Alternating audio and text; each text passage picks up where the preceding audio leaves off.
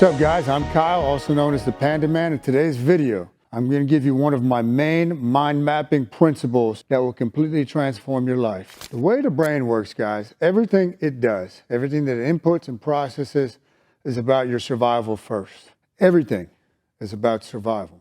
We need to realize that your brain is hardwired for the negative. That's a survival mechanism. If you had these two girls, let's say they're twins, one is going out to the meadow to play every day. The other one's going out to the meadow to play every day. But that one, the second one, is very cautious, always hiding behind trees on their journey out to play. The other one is happy-go-lucky. Now, the one that's cautious, she's very scared that a lion is going to attack where they live and she's going to get killed. Well, one day there happens to be a lion.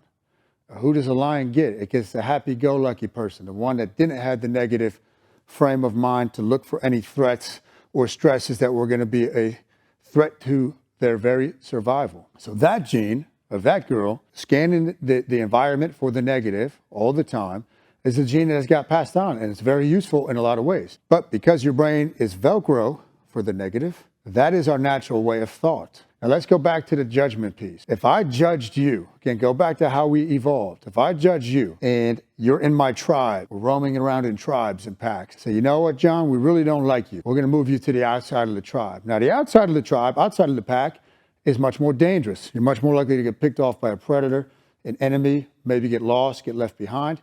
If we really don't like you, we really judge you, we're gonna kick you out of the group. Now what happens to your chance for survival? It goes way down in that scenario. So the brain finds judgment very, very threatening to survival. Think about this with giving a public speech. The number one or two fear, depending where you look, is the fear of public speaking. And the number one or two, depending where you look, is death. How crazy is it the fear of public speaking is on par with the fear of death? Why is that so? And I used to be petrified of speaking in front of groups. I did something about it. I went to Toastmasters. I took speech classes. I did everything I could to become a better speaker and to get rid of that fear. So where does that fear come from when you're in front of a group? It comes from the judgment part of your brain. You're standing in front of 20 people, 200 people, 2,000 people. Your brain is saying, man, all these people have this opportunity to judge me. And it's very threatening.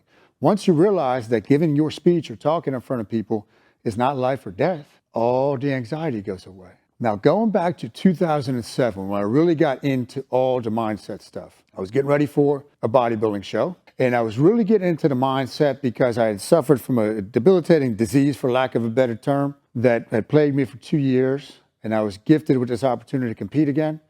And it just took me down this completely different trajectory in my life. But I realized, okay, the power of the mind is unbelievable. Now, at the time, I had 3 people in my life that were very close to me, but they were cancerous. They were negative energy, and I didn't want to be around it. I refused, when I really got into mindset, to surround myself with anything that was negative energy. Now, the one guy I used to work with, and he's actually a nice guy. I'm friends with him, but he was negative, overly negative by nature. Now, we were phys ed teachers. We were sitting in the office. We have this little office. And I make the decision. I'm like, you know what? I can't be around it complaining. I can't do it. So I find a temporary office, an unused room in a different part of the building, where every time I get there in the morning, when I would get there, I'd bring my books, my positive mindset books, Zig Ziglar, Jim Rohn, Tony Robbins. I'd go and read. Or I'd go and study. Lunch break, I'd be in that office, working on my mindset, working on my craft. And it was just that I refused to put myself in a negative energy. I had to keep myself in the right state of mind. Now, in that same year, while getting ready for that contest, one of my best friends, he would always bust my chops. You're not that good at bodybuilding.